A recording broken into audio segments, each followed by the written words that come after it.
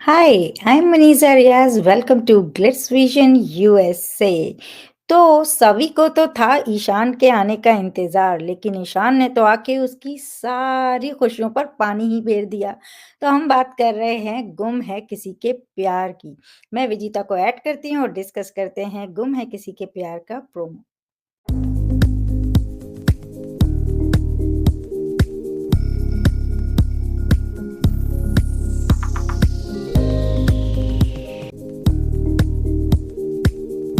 Hello.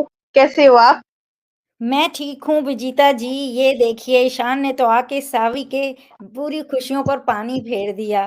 तो आप क्या कहना चाहोगे जो ईशान ने आके जो उन पे ब्लास्ट किया है और जिसकी वजह से उन्होंने उनको क्वेश्चन किया, तो क्या कहोगे आप ये गुम है किसी के प्यार के प्रोमो के बारे में? जब एक लव कन्फेशन होता है तो उसके आड़े तो कुछ ना कुछ आता ही है, कोई ना कोई ट्विस्ट तो लेके आना ही होता है। Nothing is ever so smooth when it comes to our Hindi serials और यस। उनके लव ट्रैक्स या फिर रोमांटिक ट्रैक्स जो होते हैं उसमें तो बीच-बीच में रोड ब्लॉक्स होनी ही चाहिए।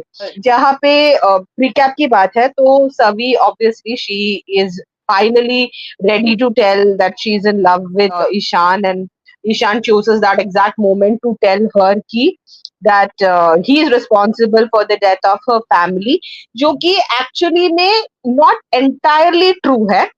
वो अपने आप को इसलिए ब्लेम करता है क्योंकि उसको लगता है कि अगर उसने उस दिन कुछ चीजें नहीं की होती तो शायद उसकी फैमिली बच जाती। Like you know the bullet that was meant for him वो कैनिस्टर पे लगता है और ब्लास्ट हो जाता है। That is how it happens, that is how entire family passes away. मतलब ऐसा नहीं है कि उसने खुद से गोली चलाई है या उसने खुद से वो एक्सप्लोजन क्रिएट किया है। लाइक यू नो वो बोलते हैं ना कि अगर आपने इंटरफियर नहीं किया होता तो शायद ये आज ऐसा नहीं होता, उस तरीके का।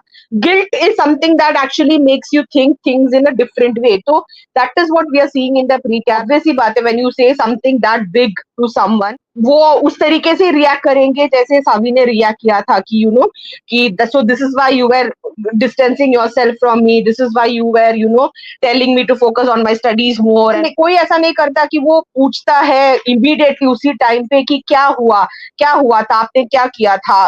वो शॉक में हर लोग वो एक्सेप्ट कर जाते हैं कि हाँ तुम ही की you know you are the person responsible. और इतने टाइम के बाद ईशान जब कन्फेस कर ही रहा है तो वो ऐसा लग भी सकता है ना कि ओके देयर इज समथिंग, इसके मन में चोर है जैसे वो बोल रही है। तो मुझे प्रीकैप काफी इंटरेस्टिंग लगा क्योंकि ऑब्वियस सी बात है the show is going very well. उनके लिए जो भी ट्रैक्स वो लेके आ रहे हैं कहीं ना कहीं वर्क कर रहा है, शो टॉप 5 में है।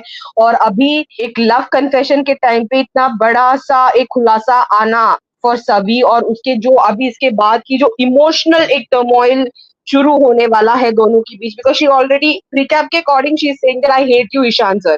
तो obviously that is not going to be the case. She will learn the truth, she will realize that he is just taking it on himself because he probably thinks that there could have been another alternative to doing things that day, कुछ और भी हो सकता था, सबकी जानें शायद बच सकती थी, you know, in that sense।